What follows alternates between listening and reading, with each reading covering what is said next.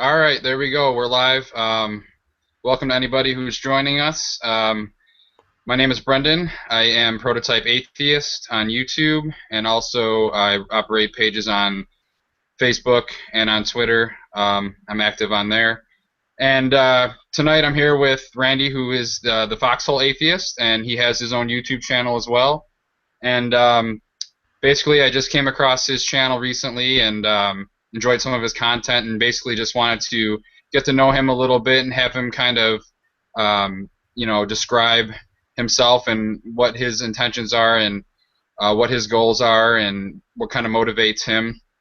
So, if you want to go ahead and introduce yourself a little bit before we get started. All right. Well, like I said, I'm Randy Bevan. I go by the Foxhole Atheist on YouTube, Facebook, Twitter. Find me in all the usual places. Recently got on Reddit. But really, I guess what motivates me is just spreading good arguments and trying to destroy bad ones. That's really my primary goal. More recently, I've decided to add some entertainment to my channel and doing the Yelling at Stupid People series. So I've been having a lot of fun with that. People seem to be getting a kick out of it, and so I enjoy it and they enjoy it. It's good to me. Yeah, it's interesting because, for me, what inspired me to start my own channel is watching videos of people like, Dusty, Cult of Dusty, and The Amazing Atheist, and some of these other popular atheist YouTubers. But I also have a lot of other favorites too. But, I certainly don't begrudge anyone their style. They're very entertaining, but they're also very in your face and crude, and they just don't hold anything back, which is fine. I find it entertaining and everything. And I just consider them to be more kind of entertainment for atheists than really trying to educate theists, because they're really so in your face that it might work for some people, but I think it probably immediately turns off anybody who's not already an atheist. So I I would kind of agree want with you. you agree with that? I would, and there's kind of a line I draw, I'm perfectly willing to sit down and have a reasonable, calm, rational, respectful conversation. I've done it on my channel. I've done it on other people's channels. I've gone and talked to guys like Nephilim and G-Man and had a reasonable conversation with it. Well, that's a Well, interesting it's way to put relative, that. but No, it wasn't a reasonable conversation. It was a calm conversation, though. yeah, yeah. You can say that, I suppose.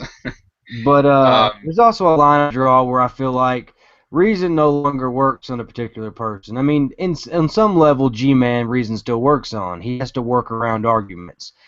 But when someone really expresses the opinion that dinosaurs were never real, that's the line that I feel like it's time to unload. And the only thing that can be effective at that point is open ridicule.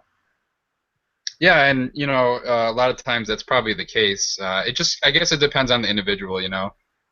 Some people seem like they're so far gone that there's just no reaching them with typical rational methods. But I don't know. There could be hope for anyone. Yeah.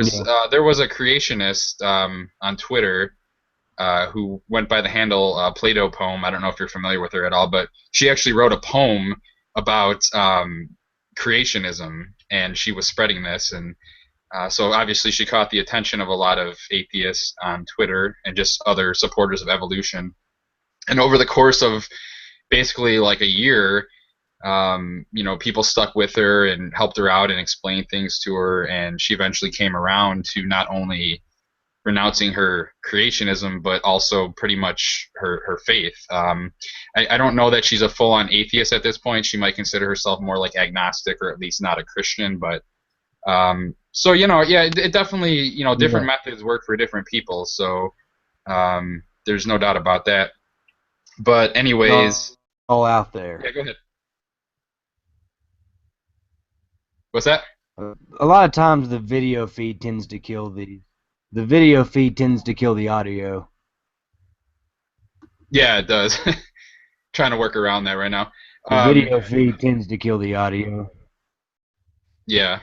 What I was saying though was that different methods are going to work on different people, and that's why I think there should be some of all of it out there available. And this is just a style that I'm more suited to, you know. Yeah, I agree. And, I definitely wanted to bring something different to the table from what I had witnessed with some other users, like I mentioned. But at the same time, to some people, that might be boring. It might not be enough to hold their interest. Um, so it's interesting, what do you want to do? I mean, because so far my most popular video that I've done, the most views that I've gotten, was one where I pretty much did a satire of Josh Fierstein and his atheist challenge. So it's like, I don't feel like that was my strongest effort as far as argumentation or, educational material, but that's what people were interested in watching.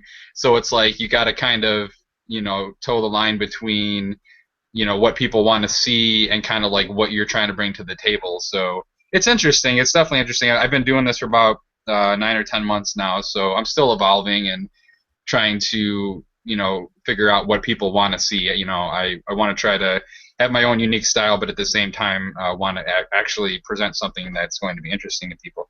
But anyways, I'd like to get more information about yourself. So why don't you just tell us a little bit about um, your journey into atheism, like kind of briefly, like you were religious at some point, and then at some point it just wasn't working for you, and you decided to become an atheist. So why don't you just explain a little bit about that? Yeah, sure.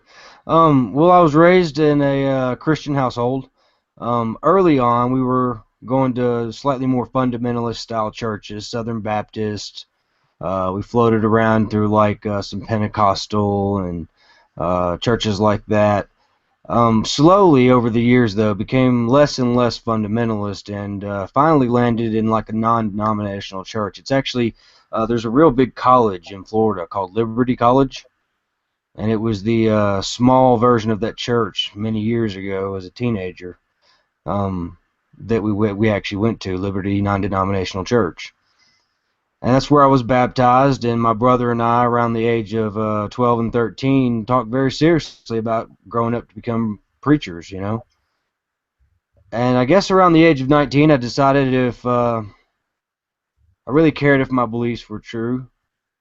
I found passages in the Bible compelling me to defend the faith, um, and I tried to do that. Found out real quick, an honest attempt to justify the book is just falls flat on its face. And didn't take very long after that.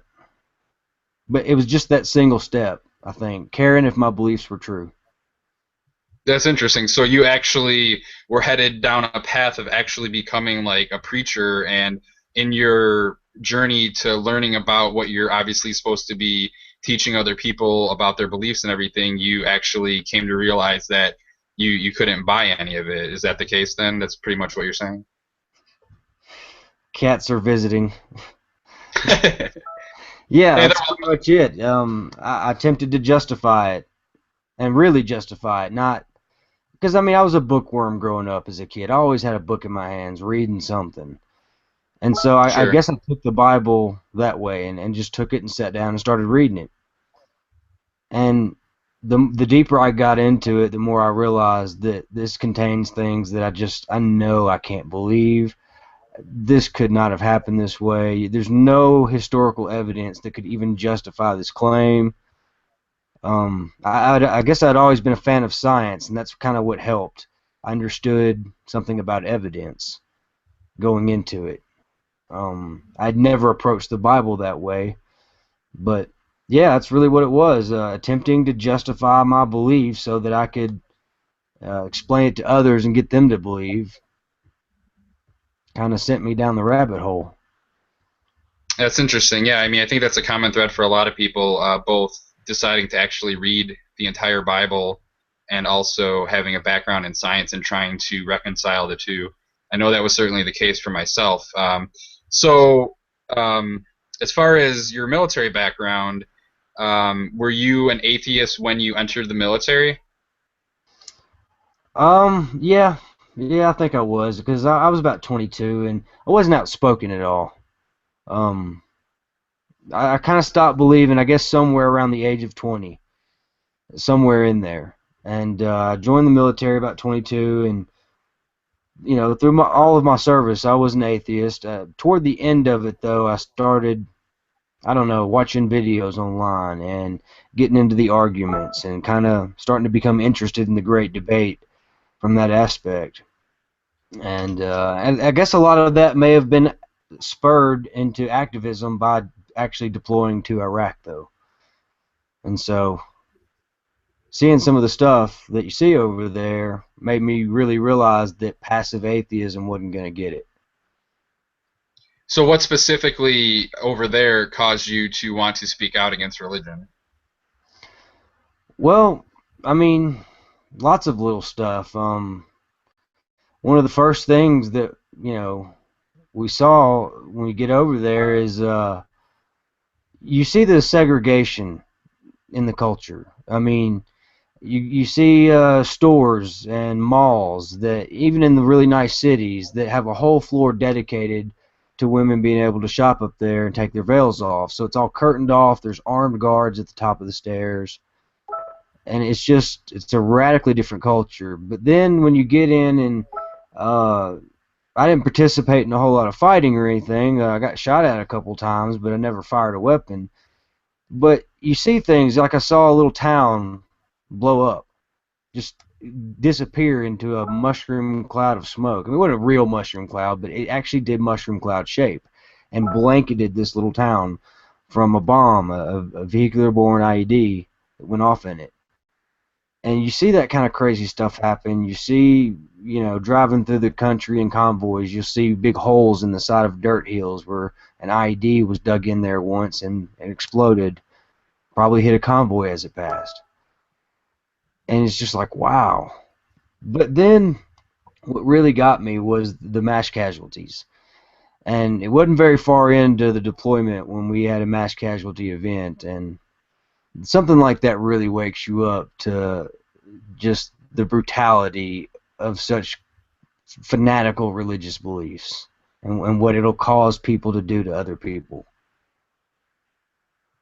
Yeah, that's definitely true, and it's really unfortunate that you had to witness that. But obviously, we in the United States have an all-volunteer military force, so we definitely appreciate your service and that you went over there and participated, even though you had to, witness some of those things.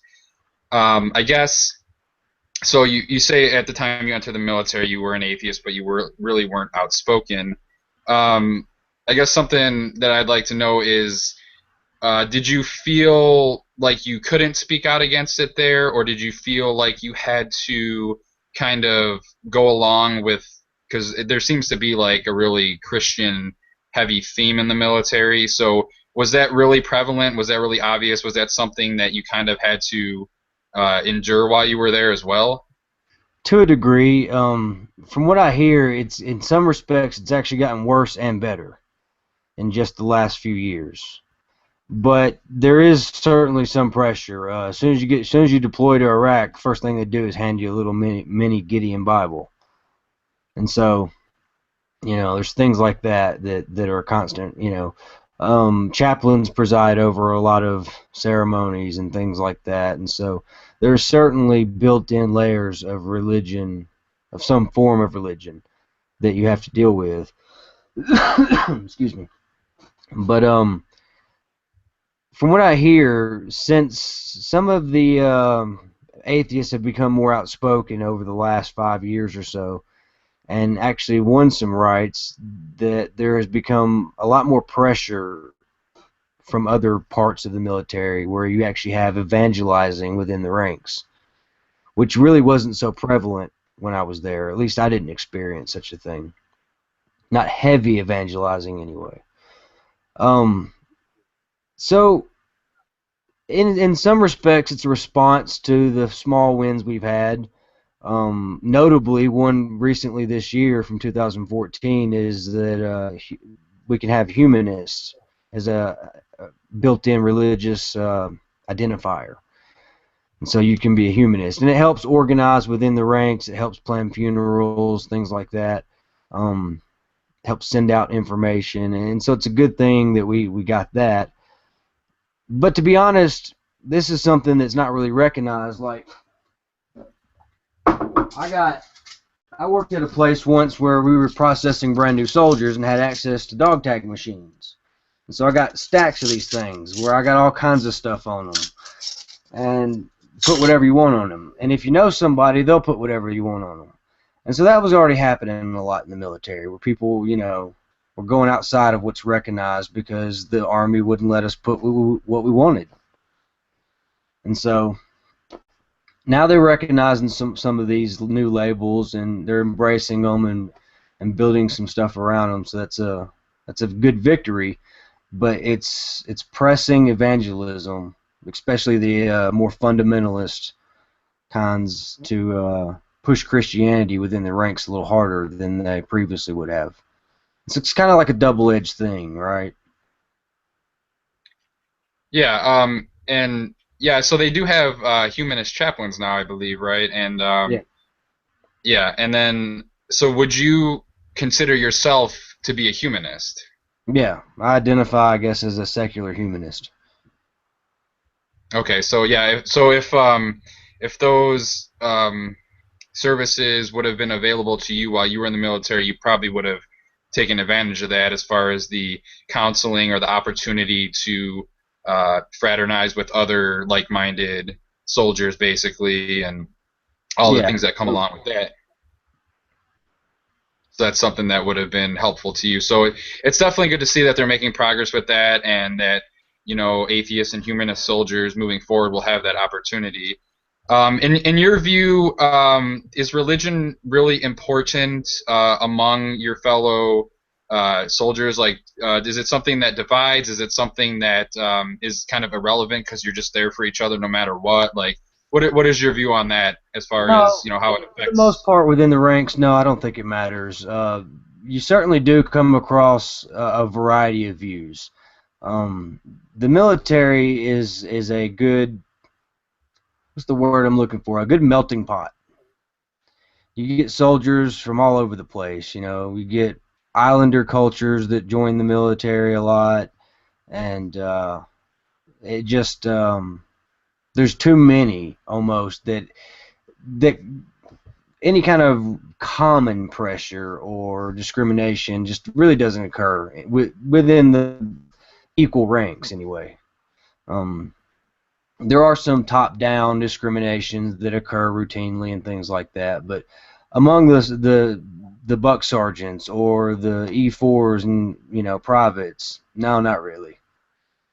But I did notice that some of the statistics that I've been hearing after seem pretty valid. I mean, where you talk about if you include I forget what the word is, basically all the atheist style religious beliefs.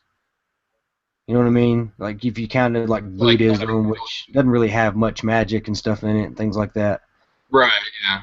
then you end up with something real close to like a 30% non-religious military once you start That's counting that. interesting. So it very much reflects the general population and the change that we're seeing in that.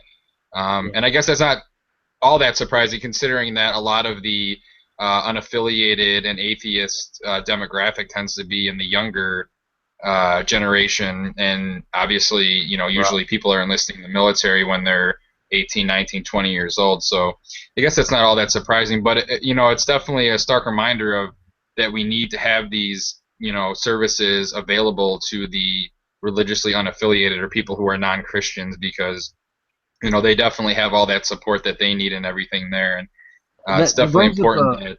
something I guess I kind of brushed over that I could have mentioned about that. I didn't think of at the time. But my wife and I got married by an Army chaplain.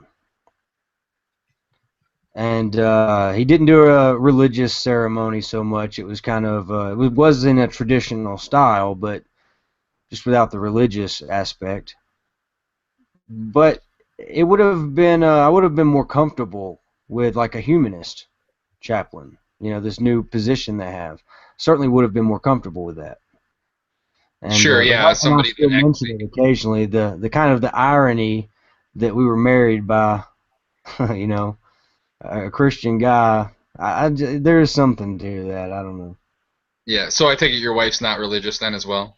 No, she's not. Okay. Yeah, that makes sense then. I mean, yeah, I mean that would have been something that would have been nice for you guys to have rather than somebody that's just kind of overlooking their own personal beliefs in order to, provide that service to you. Um, so, personally, I got married when I was still a Christian, so we obviously had a Christian pastor do our ceremony. But yeah, I could definitely see, if I were thinking about doing that now, that might be something, an option that I want to look into. Um, so Also, by the way, just in case that chaplain ever sees this, he's a good guy. It was just that, like you said, he had to kind of overlook the way he saw things in order to do it the way I saw things. sure, and you know what? But at least you got to commend them because a lot of the times they won't even preside over ceremonies that aren't religious or don't align with their views. So you definitely gotta give him props for that for sure. Yeah, yeah, he was Um, a good guy. and something else I wanted to run by you too is, and I don't know if this was something that you ever experienced, but I heard a story, and I mean it was from a couple of years ago, and it was being discussed by the likes of like Todd Starnes on Fox News, and basically it was about I think it was in Afghanistan at a military base, and they had a chapel there, and pretty much the rules state that you can put up your religious symbols prior to starting your ceremonies or services or what have you, and then you take them down at the end because the chapel's there to serve all the troops of all faiths, and basically everybody gets their chance. But there was a chapel in Afghanistan, a military base, that had a permanent Christian cross erected on top of it. And there was some complaints, and they basically forced them to remove it as a permanent fixture. So was that anything that you ever came across, and like kind of what is your opinion on that? Well, yeah, there is a lot of that still. I mean, when I went to basic training, there was I went to be honest, I went to religious services because I didn't want to spend the day cleaning. And there's been some So criticism over that view, but and it's not that way in all basic training. But especially some of the stricter, like all of our drill sergeants, it was at Fort Jackson, which tends to be easier basic training. But all of our drill sergeants were infantry guys, and we watched the platoons or the companies next to us and stuff, and we could clearly tell that. I mean, they would move around in formation and talk to each other. We didn't do that shit. We knew better, and so you know, it I don't know. There was a point to that story, but no, there was no. Yeah, in basic trainings like that, they will work your butt off if you don't go to services. And so yeah, that's you go to interesting, services and on Sunday, you get out of cleaning. But yeah, there was yeah, permanent fixtures in there. yeah, that kind of seems like coercion to me. I mean, what do you want to do? You want to sit around and listen to somebody talk for a little bit, or you want to go clean? I mean, and again, I think that underscores the need for the recognition of humanism as a religious, belief system, if you will, and because that way atheists and humanists can go and have their time to kind of meditate or reflect or fraternize or what have you, and then not be relegated to cleaning during that time. And it's kind of the same thing within U.S. prisons as well. A lot of the inmates get time during the week to go to church or service or practice their beliefs or whatever. And if you're an atheist, they don't currently recognize humanism as a religious belief in most of these prisons. So you basically don't get that free time and just have to spend the time in your cell while everybody else gets a chance to go and do something. So it's definitely an important point. And like you said, we are making progress towards that in the military, so that's definitely a good thing.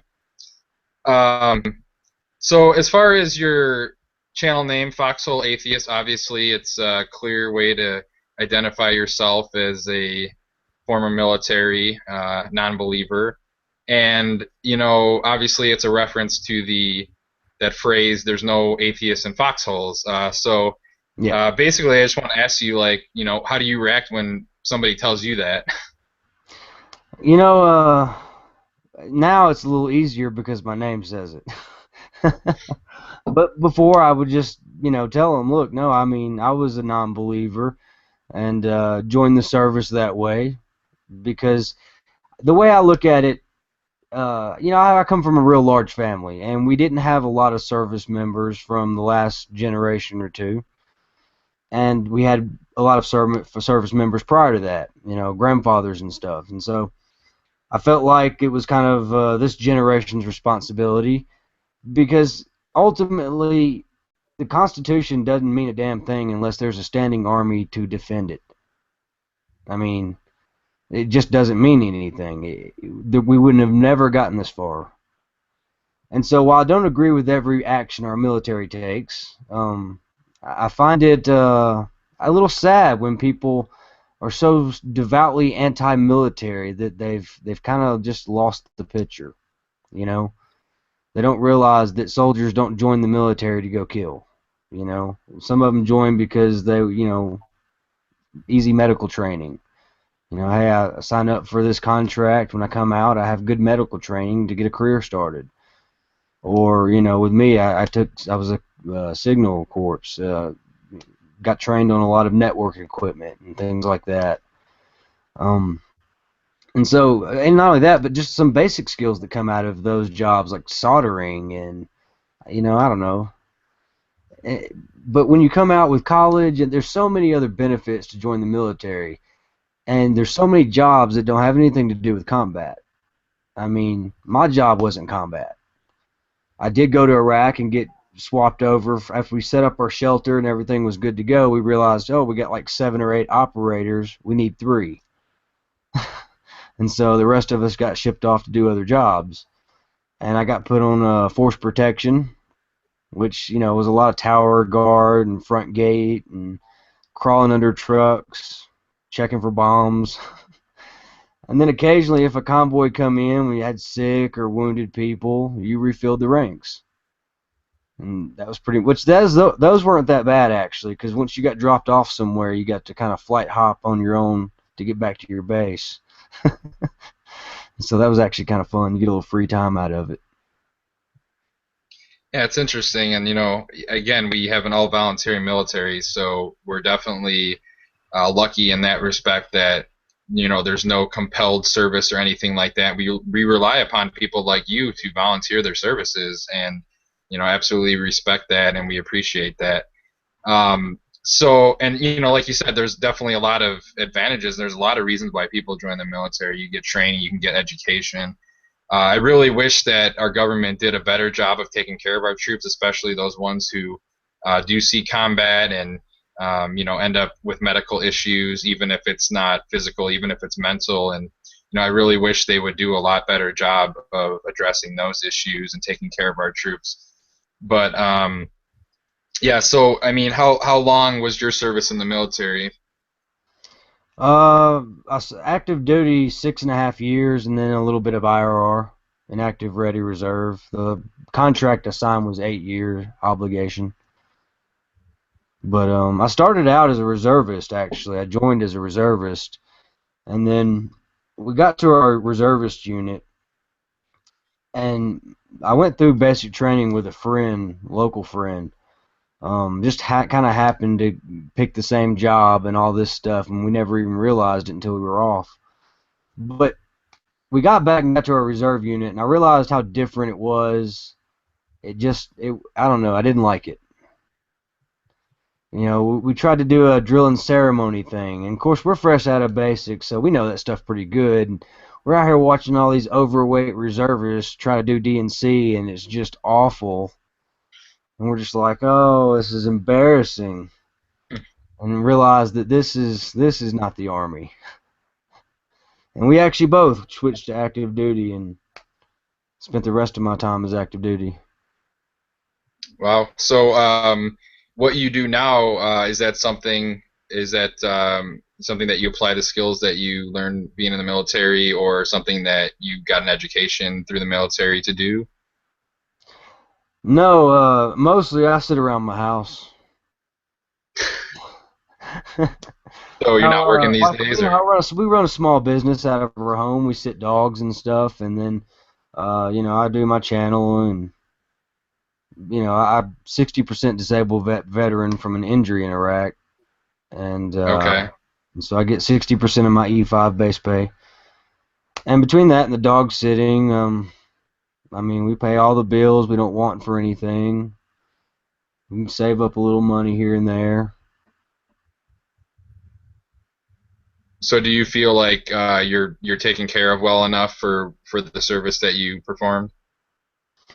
Well, my big thing is that, and this is one of the things I would like to see the military recognize. You were talking about taking better care of soldiers, and what the army doesn't of the service doesn't recognize is pain. And so my back injury kind of limits my range of motion. It's not severe, but it's like a permanently pinched nerve in there, and so when I bend or twist just the wrong way, it causes a lot of pain. And so I just can't bend, and I'm not as flexible as I used to be. But there's also a constant pain, and that's the kind of thing they don't recognize. There's a 24-hour, 7-day a week, nonstop since the injury, like pinching in my spine, in my T spine, in a particular vertebrae. And I'm not the only kind of soldier who has this kind of constant, injury from service, and but pain isn't something they recognize. And so I'm only 32. I've already had this injury for, I don't know, 4.5, 5 years now, and I realize I can't take pain pills this early and plan on taking those the rest of my life. I mean, that'll destroy my body. I use marijuana to curb the pain. It's not as effective as pain pills, but it does help. But all that still comes out of pocket. Anything I want to do to try and curb my pain comes out of pocket, and there's Yeah, not it's really any unfortunate, assistance for and that. yeah, that's really an issue, and I wish they would, do a better job of taking care of you like that. But is this an issue that you can have surgery for to rectify, or is it just something you're just going to have to manage and deal with? No, I don't think there's a fix for it. It's where basically I got folded in half backwards coming out of the back of it was a freak accident, by the way. Like I said, I never saw any intense combat. I mean, I saw it from a distance a number of times, but it was a freak accident how I got injured. Just pulling shift duty one night, getting out of the back of a truck. Guy went to shoulder his assault pack. And when he did, the strap, I guess, hung on his bag. And as I stepped out of the truck, it snapped tight in front of my leg and caught my feet. And I went nose down from a pretty big truck and just felt that my boots hit the back of my Kevlar. I folded over so hard. And, uh, and so literally a point where, like, when they took X-rays, there's areas around that vertebrae on both sides where it's worn away, kind of like I have arthritis in one joint. Basically, is kind of what it looks like, and so there's just really not a fix that I'm aware of for it. Yeah, and that's rough. I mean, being only 32 years old. I mean, I'm 32 years old, so I can't imagine having to deal with that. But I guess you do what you can. Do Well, you? the Where do pain you? level isn't real bad. The constant pain. I mean, like on the 1 to 10 scale, it hovers around like a 1-2. And so I mean, Yeah, but it's something that's just constantly there, and it's got to yeah, be it's the annoying. And I constant. mean, It's like someone's got a knuckle in your back, and that's how you're walking around all day. yeah, yeah. Because I mean, I just have this random thing that pops up in my neck from time to time and gives me a pain or a stiffness in my neck, and I mean that's irritating. It doesn't even hurt. It's just kind of an annoyance. I can't imagine that being a constant thing. So I really feel for you there. And do you live in a state that has medical marijuana legalized, or? Yes, I do. I'm in Colorado. Okay, so you're all good. You can get it So, whenever you. yep, no problem. Well, at least that's good for you. I wish they would bring that to more states more quickly because there's no reason not to, especially the medical aspect of it. I'm in Illinois, and they just recently passed the medical marijuana here, so we're making progress, but it's Congratulations. far too slow. Yeah, it's far too slow for my liking, and really they should just decriminalize it. altogether. But I guess these things always take time. I guess before we wrap up here, I know you mentioned your family before, and I know that they're probably still religious. I don't know, if you have any siblings or if your parents are still religious or anything like that. I know you mentioned your brother, so why don't you just give some background on kind of like how your family is doing with that and any attempts that you make to kind of discuss that with them? Well, um, let me just say, because I'm not sure how much some of them want me to say, but I know that I'm not my only sibling that doesn't believe. But I don't think that they would be so open about it or appreciate me ousting them. Yeah, that's fine. I But don't want you to throw for anybody the most under the part, bus or no, anything. they all believe, and several of them believe pretty strongly, um, into bordering pure fundamentalism. I've got other extended family members, aunts, uncles, that have some out there beliefs, and I try to talk to them about them. And those are like this is like the two versions of me. you know, I approach them with kid gloves. I try to be pretty respectful. I make my points, but I don't go out of my way to be rude or disrespectful. And I try to just curb the extreme beliefs. So After a you number of don't even years, try to get. go ahead. Yeah, sorry, go ahead. Well, I was just gonna say, after a number of years, I don't know that I've had a whole lot of effect on the people I really cared about affecting originally. Yeah, I hear that. So basically, you don't even try to get to the core of their belief, or you just try to kind of curb some of the more extreme aspects of that and kind of count that as a moral victory. And I could definitely see that, especially if they're older, if they're up in years, or if they're just past the point of where they're likely going to change their mind. Um, but I mean, as far as that goes, how do you approach that? Like, do you ever broach the subject on your own, or if something comes up, if they're kind of like telling you their opinion on something, then you'll just kind of give your opinion on it?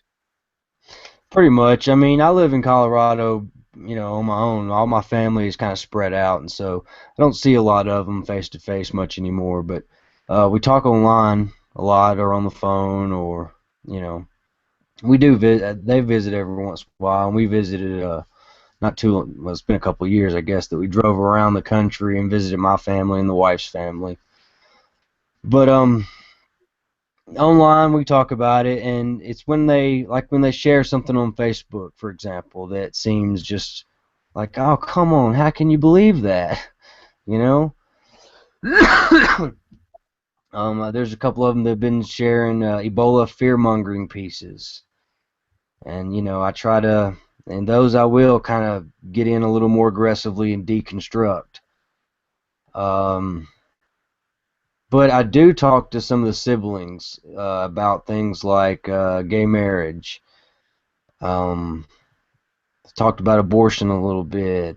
I'm very proud that one of my sisters is effectively is not directly a healthcare worker, but she is.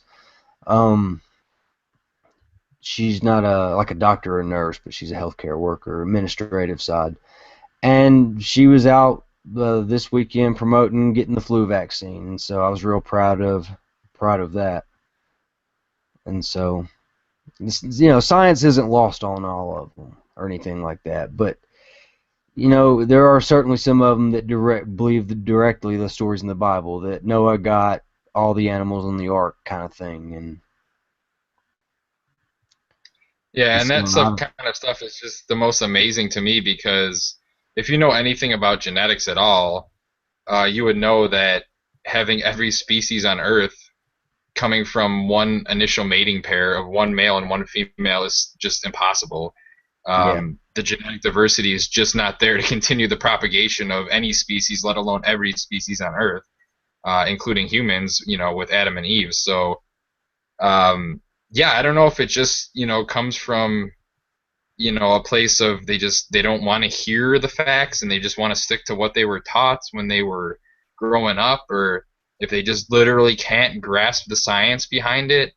A lot of times people act like we're trying to deceive them or something when all we're trying to do is sincerely help them understand why something isn't true. And I kind of, it's kind of like baby steps too. If people kind of believe that, Genesis account is literal, or that Noah's Ark and the flood actually happened, you don't really go to try to completely eradicate their belief in God. You kind of take baby steps and say, well, here's why that part of it isn't possible. So, hey, if you want to go ahead and believe that it's just a metaphor or something, go ahead. But, you really just can't believe this stuff because it doesn't align with reality and the facts of the matter. Yeah. And it isn't surprising too as well that you mentioned this kind of like Ebola fear mongering and anti-vaccination stuff. It all kind of goes hand in hand. And I did one of my most recent videos was about this, where when you grow up and you're taught to not only believe in this ancient mythology as being an accurate history of the universe, but also to be skeptical of anybody who would question you about this, and kind of put up your defenses about against anybody who would try to talk you out of it. That really sets you up in a bad way as far as be having the right kind of skepticism and knowing how to determine fact from fiction.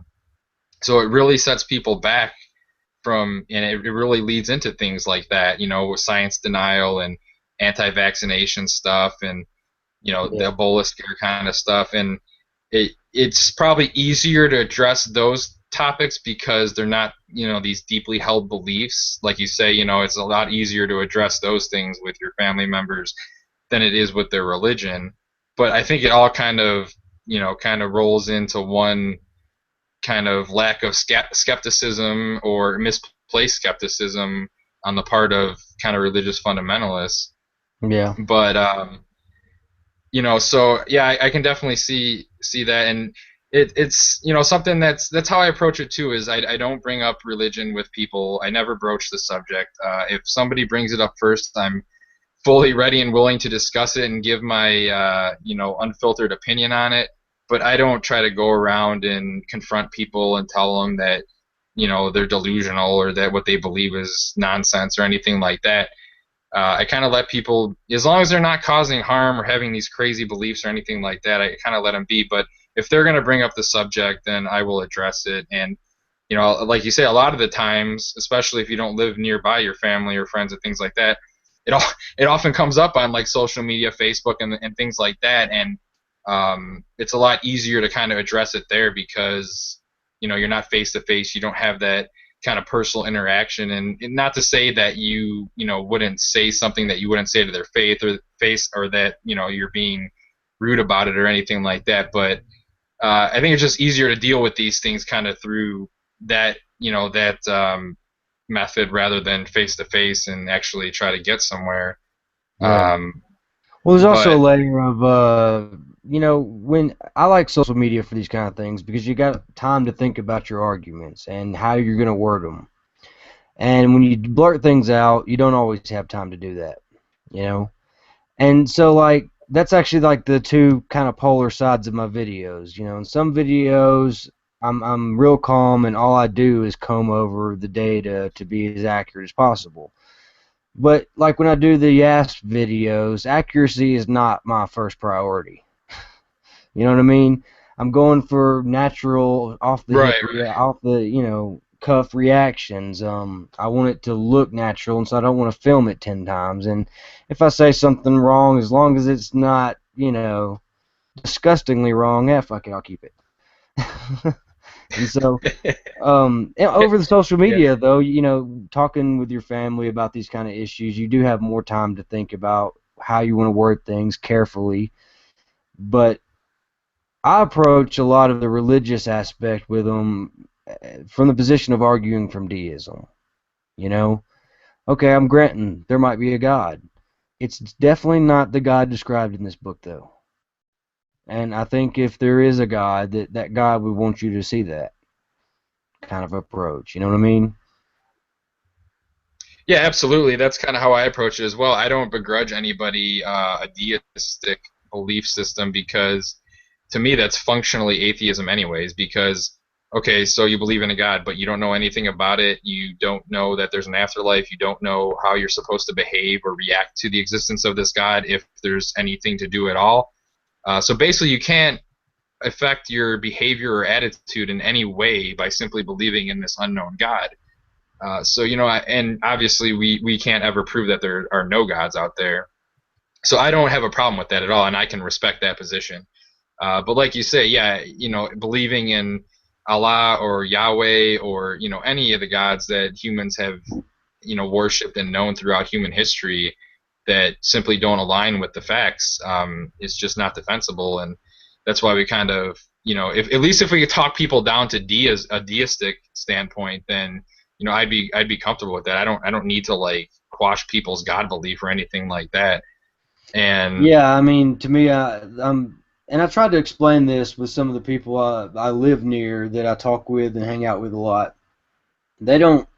They still have the old version of the Christian culture version of atheism, that it's the positive position, no gods exist. I try to explain to them all the time that, I mean, it's kind of like the yes no, right? Have you accepted this? And then I try to break down that, like Gnostic and agnostic are, the more like how well do you think you know that? And they don't get it. They think that I should be espousing that no gods exist. And, in a way, maybe I kind of do. I don't currently believe in a God, but I'm very comfortable with the concept of a God. And so it's to me it seems really simple. Clearly to the Christians it's not, but a lot of that has to do with the culture they're taught. I mean, because I saw it that way once. You know, at 19 I would have told you that gays were immoral, evil people. You know, I don't know that I would go so far as to say I'm ashamed of that, because my path led me to where I am. And if I had done something different, who knows? But I certainly don't rationally see how I could have thought that, other than just being told it. yeah, I agree. I mean, I don't know. I mean, there's obviously that kind of straw man that's propagated throughout Christianity and other religions about atheists declaring that no gods exist or that they hate God or anything like that. And I can't say that I blame them. I mean, it's something that's definitely taught and it's part of the culture. But I wasn't ever a religious fundamentalist. I always, was interested in science. I was never creationist or anything like that. And even as I was making the transition from Christian to atheist, I didn't want to wear the atheist label because I was under the impression that that indeed was the position, that no gods exist. And so I started calling myself an agnostic until I came to actually understand the meanings of the words. And I think it's really incumbent upon us to kind of educate people about the terminology and what the words mean and exactly what our position is, because they have this misconception about that. And even Carl Sagan, he had the same kind of idea about atheism being a positive claim that no gods exist, and he refused to wear that label himself. So I can't say that it's really all something that's kind of trying to smear atheists. I think it really is just a misunderstanding about what these words are and what our position is. Yeah, And I try to do my best to kind of explain to people exactly what our position is so that they can understand and not have these misconceptions. yeah. And the big thing is agnosticism. That's the I think that's the big damper on the understanding, the existence of this position of agnosticism. And a lot of people, I guess, I don't know, they don't want to go back to the Greek root and see that Gnostic just means with knowledge, agnostic without knowledge. It's only a knowledge label, it's not a position label. And the fact that a group took on a group decided on the name agnostics and then built some dogma around that, I mean, hell, that happened, I don't know what, 1600 somewhere. But that group doesn't, I mean, it defines them, but it doesn't really redefine the word. And that's kind of what's been lost. And so now there's this new view of agnosticism that it's kind of like the group agnosticism view. Yeah, it's just unfortunate that we end up having to spend so much of our time uh, addressing these misconceptions and like the semantical arguments about what words mean and things like that. But you know, personally, I don't really shy away from the label atheist. I want to kind of own it. I want to kind of take the word back and you know be fully out and you know totally just claim that label and redefine it so that people know that what atheism is. And you know, even though it's not a cohesive group, you know, any there's no defense of atheism necessary. You can not believe in gods just for any reason, just because you never heard of gods, you don't understand the concept of gods, you or if even if you actively, you know, have an understanding of why you don't believe in gods. But Yeah. from my perspective, I really just want to like take the word back and kind of normalize it, and I think that'll go a long way towards you know our progress as you know atheism kind of becomes more and more prevalent. And I think we have a lot in common. You know, you had mentioned earlier about how as you were starting to question your beliefs or become an atheist, you kind of turned to the internet and you were finding information and you were watching videos and learning things. And I think that's a really huge part of it. I think that as the internet has become, you know, mainstream and available to everyone and accessible, I think that this information is really helping people to understand. You know, because Yeah. before you could grow up in a small town, you could be just surrounded by your local family, your friends, and culture and religion, and never have any experience really with people or arguments outside of that. Really But small, tiny monological bubble. yeah, absolutely. And when you have the wealth of information available to you when you log onto the internet and you can go find, you know, arguments or facts about anything you want, suddenly you're not in this bubble anymore and you could also interact with people, you know. Even when I was a Christian, I would actively go on message boards and websites and things and discuss with people all the time and try to argue with people about why my beliefs were true or why they were defensible. And you know, over time I came to realize like I was, you know, I was just wrong. There was no defending my position, and it wasn't any one You always person, had it to wasn't any one speak, too. specific encounter, you know. That right there, it was a hard thing to accept, having those first conversations and realizing how wrong you are. Right, It's yeah. really shocking. Yeah, absolutely. And it's funny because one of the first kind of like aha moments that I had and kind of had that feeling in the pit of my stomach that like, no, I can't be wrong. Like, God has to exist, you know, and all this. And was I was watching the movie Zeitgeist when it first came out. Of course, very skeptically because I didn't believe any of the stuff about the, you know, false flag operation and 9/11 and all this stuff. But the religion section of that kind of jarred me. It was really jolting. And I came obviously to find out later that almost all of that stuff was completely bullshit. But you know, even just having to be confronted with that information kind of made me start thinking about things and wanting to learn more and research. And you know, like I said, although I eventually found out that what they presented in that film was mostly inaccurate or it was exaggerated, you know, I eventually came to find actual facts and defensible arguments as to why Christianity wasn't true as well as other religions, and eventually arrived at my position of atheism. So definitely Yeah. the internet played a huge part in my transition. And it's having the collective of human knowledge at your fingertips. And I said this to a sister of mine earlier today who mentioned how she had been challenged to fill Facebook with challenged to fill Facebook with flowers. And I asked her, I said, please don't waste your time doing that when you have the bulk, the entirety of human knowledge at your fingertips. You know, just don't waste it on that.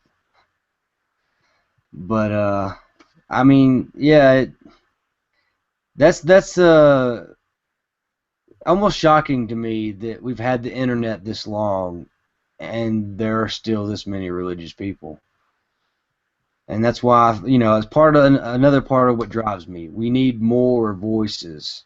I mean, it's not even so much a call to try and convert people out of their religion. We just need more voices. We need the people who don't believe to speak out, or at least maybe understand more of them to understand why it's important for us to speak out. Yeah, I agree, and I think that's a huge reason as to why the younger generations are becoming less and less religious.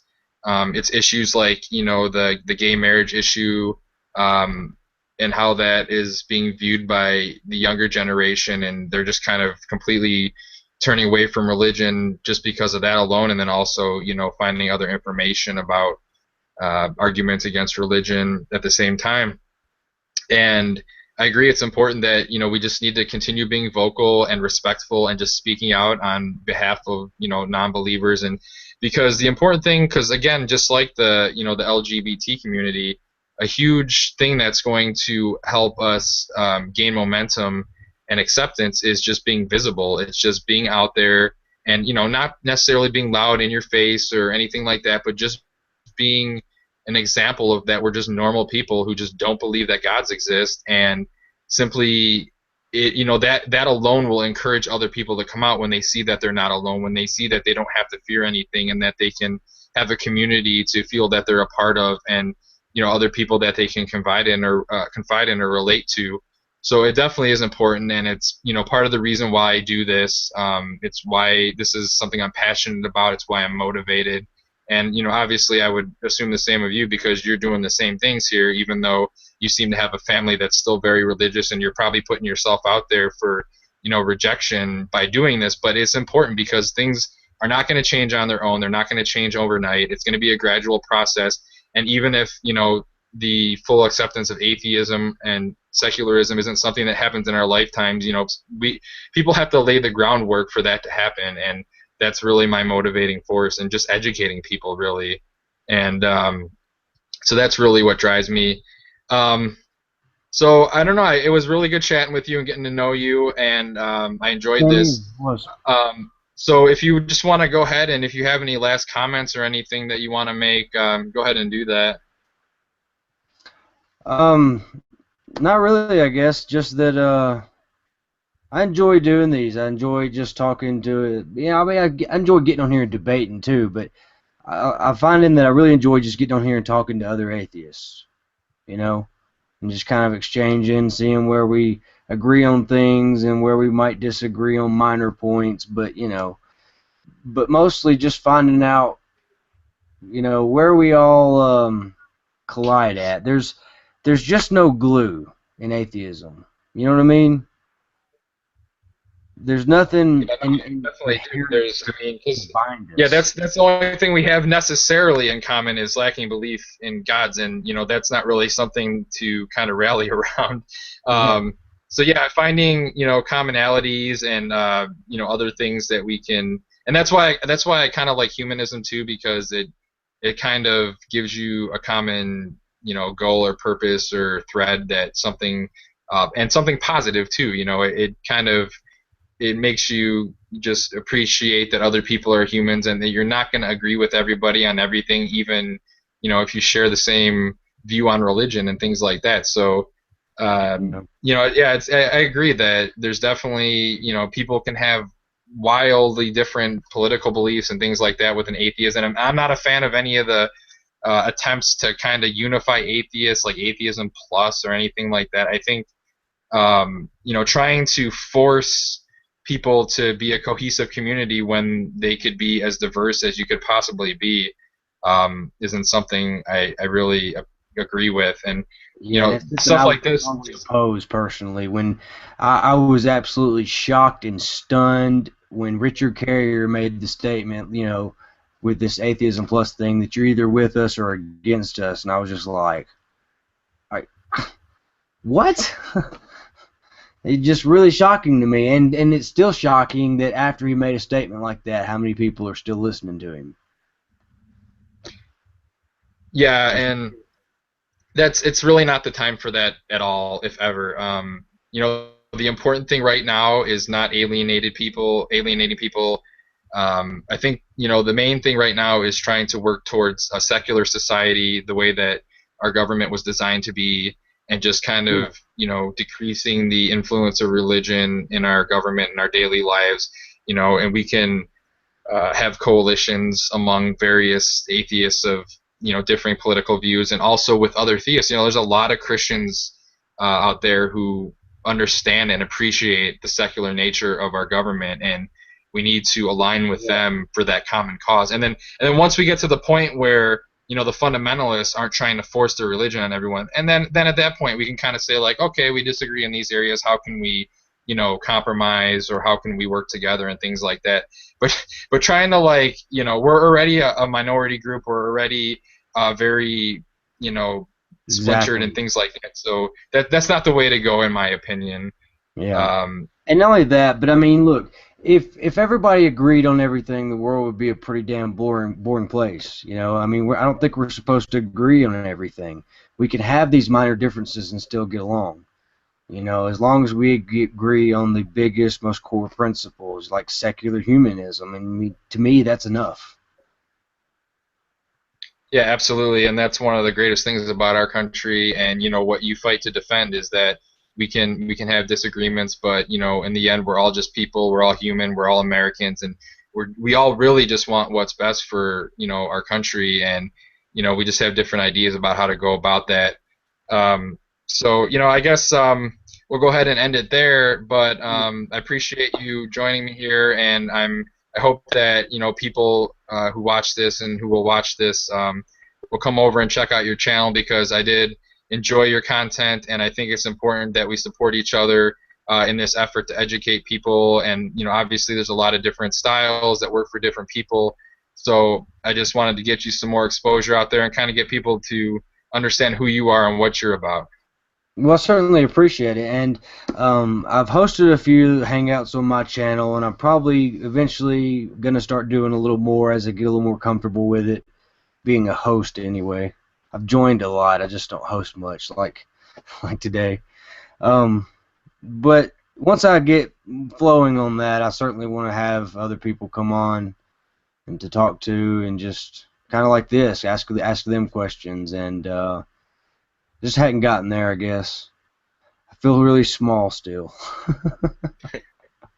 Yeah, it's a But I mean, process.